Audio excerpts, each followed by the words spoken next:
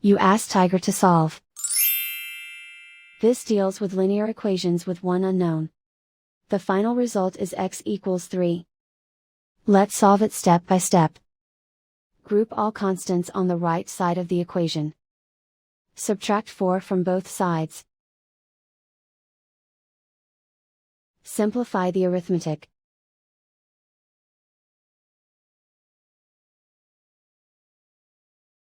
Isolate the x. Divide both sides by 5. Simplify the fraction.